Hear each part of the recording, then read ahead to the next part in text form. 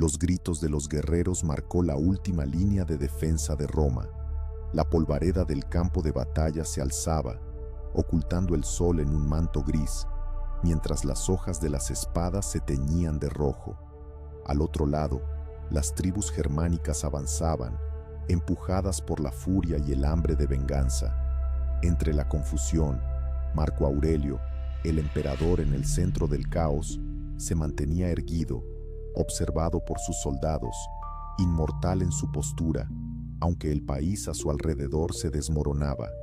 En un instante de brutalidad, un oficial romano fue atravesado por una lanza, cayendo al suelo, su vida extinguida ante los pies de su rey. En la retaguardia, la tensión era palpable. La supervivencia del imperio colgaba de un hilo. El agua era escasa, y muchos hombres ya se habían arrojado contra la muerte, sin esperanza. Mientras Marco intentaba maniobrar las fuerzas bajo su mando, el horizonte presagiaba la llegada de nuevos enemigos, los cuados y los suevos. Una decisión crucial se tornó inevitable. Con su autoridad en declive y envuelto en el pesimismo de sus generales, Marco Aurelio convoca un consejo de guerra. En silencio, los hombres se miran entre sí, esperando que alguien tome el control. La urgencia de la guerra presiona, pero la traición se respira en el aire, latente en los ojos de algunos que ven en la inestabilidad una oportunidad para levantarse. Preparar los legiones para el ataque, ordenó Marco, sin titubear. Las palabras se expandieron como un eco. La decisión ya no permitía un retorno. Encaminado a la batalla, Marco sintió la presión del peso que significaba que su palabra dictara el destino de miles de hombres, añadiendo más tensión al aire que ya chorreaba en sudor y miedo. Los meses pasaron en una sucesión de sendas sangrientas. Cada enfrentamiento desgastaba aún más el territorio. Publicaciones de noticias llegaban a Roma que mostraban el avance del enemigo, pero lo que verdaderamente preocupaba era la creciente desconfianza en el propio imperio. Golpes de lealtad comenzaron a sonar débiles, insinuando que la sombra de la traición se aproximaba a casa. Mientras tanto, Marco se refugiaba en su estudio, buscando consuelo en la escritura. Al lado de la pira de documentos, las palabras fluyeron en un intento de encontrar significado en el caos. Hablaba sobre la muerte y la inevitabilidad del mismo, mientras miles de vidas yacían en el tira y afloja del conflicto. La distancia entre su discurso y la realidad era insalvable. A medida que el frente se derrumbaba, las derrotas se convertían en un mal de muchos rostros. Se entregaban prisioneros, se construían estacas en los campos y se violaban las leyes de la guerra. Las ciudades se veían arrasadas en llamas y las ejecuciones se convertían en un espectáculo público desgarrador. La autoridad de Roma se desvanecía, erosionada por la desesperación.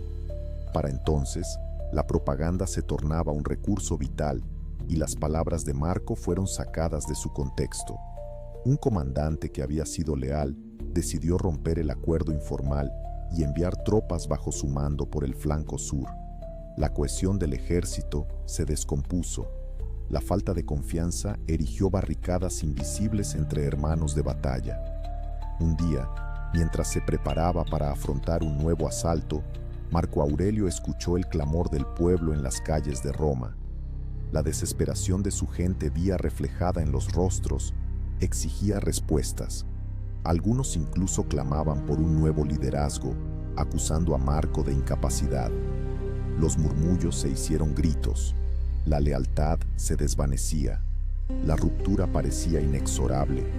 En medio del caos, detrás de los muros de la ciudad, un incidente trajo consigo el retorno de la brutalidad. Un comando de la Guardia Imperial, temeroso de ser sustituido, hizo arrestar a un general rival. En un acto de venganza, lo llevaron al centro de la plaza. Convirtiéndose en un escarmiento público, lo ejecutaron ante la multitud, inyectando miedo en todos los que aún consideraban una oposición a su emperador. Marco, mirando desde la distancia, sintió que el terror y la lealtad se mezclaban en un solo cóctel letal. Un mensaje claro: La violencia era la nueva ley. El caos proliferaba. Las filas de soldados se hicieron más delgadas, mientras los rumores de traición se esparcían y los generales de Marco comenzaban a pensar en una retirada. El tiempo del emperador fue cortado cuando un consejo reveló una crítica devastadora. En una confrontación, un general le replicó: «Eres un filósofo, no un general. Has escrito sobre la muerte, pero hoy no puedes enfrentarte a ella». Marco supo que, aunque sus palabras resonaran en el silencio de su soledad, el imperio no podría sobrevivir a su letanía. La decisión está tomada. Marco mandó alejar a sus tropas de batalla del frente y hacer un movimiento estratégico hacia un nuevo frente. Era un movimiento irreversible que señalaría su desconfianza en sus propios hombres. Fue un rendirse que se sentaría en las páginas de historia como un acto de traición a la Roma que él conocía. Un segundo frente se abrió mientras otros líderes resonaban por la voz de un nuevo imperio. Las legiones se dispersaron, el imperio fraccionado. Roma, en su punto más bajo, ya no portaba la armadura de confianza ante los invasores. Su colapso era inminente y observable. La batalla que habrían ganado terminó en un apocalipsis de derrotas sonoras. Al recuperar la mirada de su papel, Marco encontró que su palabra había sido llevada a la ruina.